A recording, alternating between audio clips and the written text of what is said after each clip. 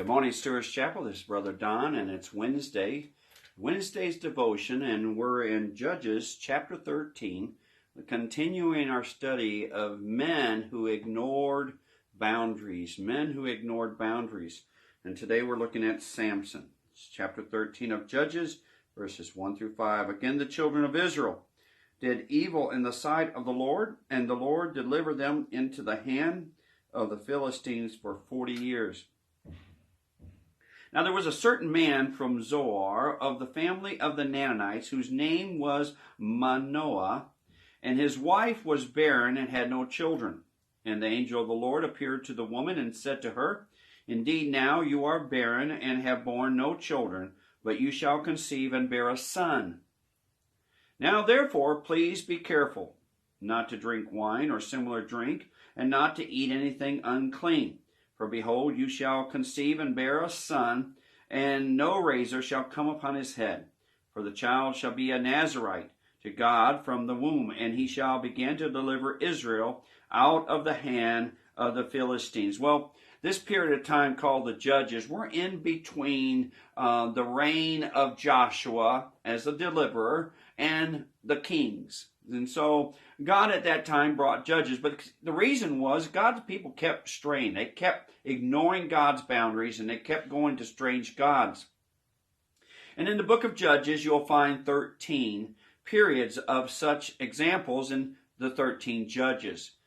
Samson is one of them, and this is about the recording of his birth. But even before he is born, his mother, while she is pregnant, has 3 boundaries. And those boundaries are not to touch basically anything from the vine, especially wine, and that she was not to touch or have anything to do with anything unclean. And the third thing was to make sure that when the boy came along, those 2 boundaries would be kept, plus a third, and that would be that no razor would come upon his head because he would be a Nazarite. Now, Nazarite vow was different based on the individual. Sometimes the Nazarite vow was a short period of time, a year or whatever, but it's not unusual to find it to be for a lifetime. And Samson's Nazarite vow was for life.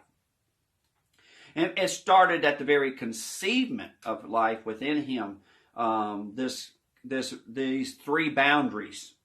Well, you know the story. Most people know Samson because of his strength, but Samson is not the kind of son that you really want. Samson brought a lot of grief to his parents. Almost immediately when he was of age, he began to date women and of Gentiles and follow them who his parents weren't pleased with.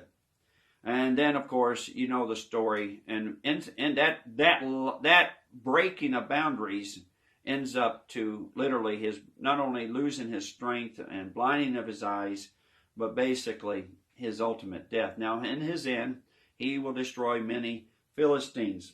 But Samson wasn't one of the good judges. He wasn't one of those that you and I would want to point at and say, man, that's what I want my son to be like.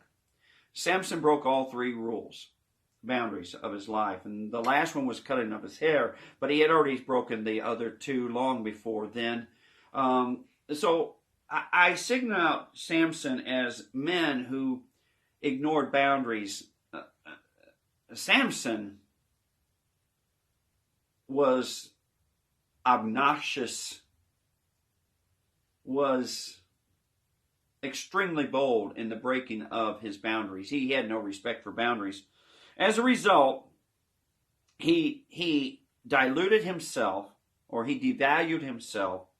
He devalued his family and his parents. He devalued Israel.